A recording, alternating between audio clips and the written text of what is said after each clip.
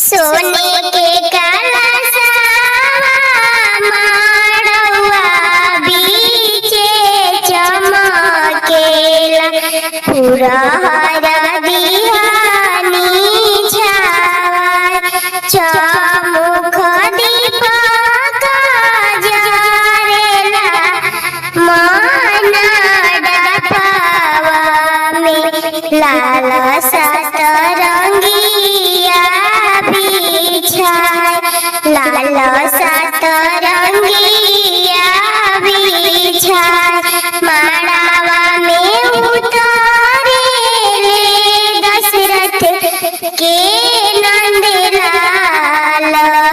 राम लखन चारू भाई माड़वा में उतारे दशरथ के नंदलाल राम लखन चारू भाई चारू कुंवरा धिया जनक जी के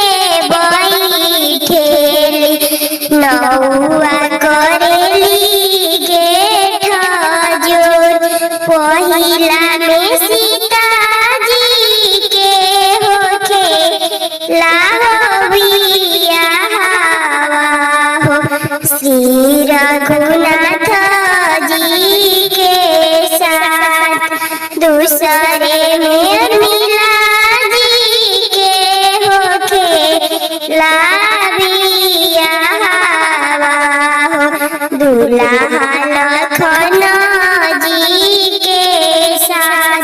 तीसरे मंडप बीचे होखे ला बियाहवा हो दूल्हा भरत जी के साथ चौथे में सुपूर्ति के होखे ला बियाहवा दूल्हा शत्रुघ्न जी के साथ धन राजा दशरथ धन राजा माता धन राजा दशरथ धन माता कौशल्या पुतावा पहिलू